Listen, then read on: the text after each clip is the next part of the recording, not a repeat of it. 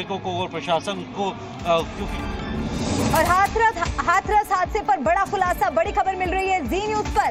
सबसे बड़ा खुलासा, साकार हरि के पैर की धूल के लिए वहां पर भगदड़ मची। सत्संग खत्म होने के बाद पैर छूने की होड़। तो जानकारी ऐसी आ रही है कि जैसे ही पंडाल से वो बाहर निकले सत्संग के समापन के बाद, तो उनके पीछे भक्त, उनके जो श्रद्धालु वहां पर उनका सत्संग सुनने के लिए पहुंचे थे, वो उनके पीछे पीछे गए। और ये बड़ा खुलासा जी न्यूज कर रहा है, साकार हरि के पैर की धूल के लिए वहां पर भगदड़ मची। उनका पांव छूने के लिए, उनसे मुलाकात करने के लिए जब लोग वहां पर उनके करीब पहुंचने की कोशिश करने लगे, और तभी अचानक वहां पर भगदड़ मच गई। जी न्यूज पर ये बड़ा खुलासा हम कर रहे हैं, साकार हरि के पैर की धूल के लिए वहां पर भगदड़ मची।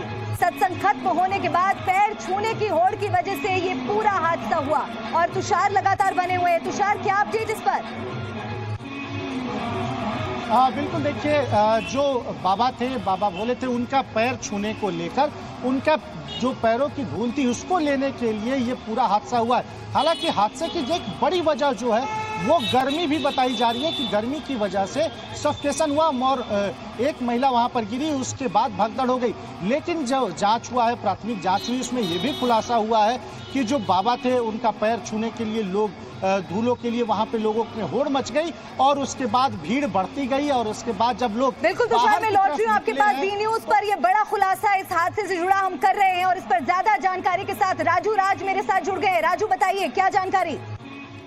देखिए, आज बाबा का जो सत्संग हो रहा था उसके दौरान बाबा के जैसे ही सत्संग खत्म हुआ, उस दौरान जो जानकारी पुलिस सूत्रों के हवाले से मिली कि बाबा के सत्संग के तुरंत बाद वहां पर जहां बाबा बैठते हैं वहां की धूल मिट्टी को लोग अपने सर से लगाते हैं, और इसलिए जैसे ही बाबा वहां से निकले वैसे ही लोग वहां पर पहुंच के धूल मिट्टी को लगाने के लिए पहुंचे, और उसी दौरान धक्का हुआ और उसी दौरान ये पूरा भगदड़ मच गया, जिसमें से सैकड़ों लोगों की जान चली गई है। लगातार रेस्क्यू भी वहां पर लोगों को किया जा रहा है। जो घायल है उनको अस्पताल में भर्ती कराया, लेकिन सबसे बड़ा सवाल है कि बाबा का सत्संग जहां जहां भी होता है वहां पर ये प्रक्रिया पहले से भी होते आई है, लेकिन उसके बावजूद भी वहां पर ये ठोस कदम नहीं उठाए गए, सुरक्षा के इंतजाम नहीं किए गए। और सबसे बड़ी बात यह है बिल्कुल, और हाथरस के सांसद से हमारे सहयोगी रवि त्रिपाठी ने बातचीत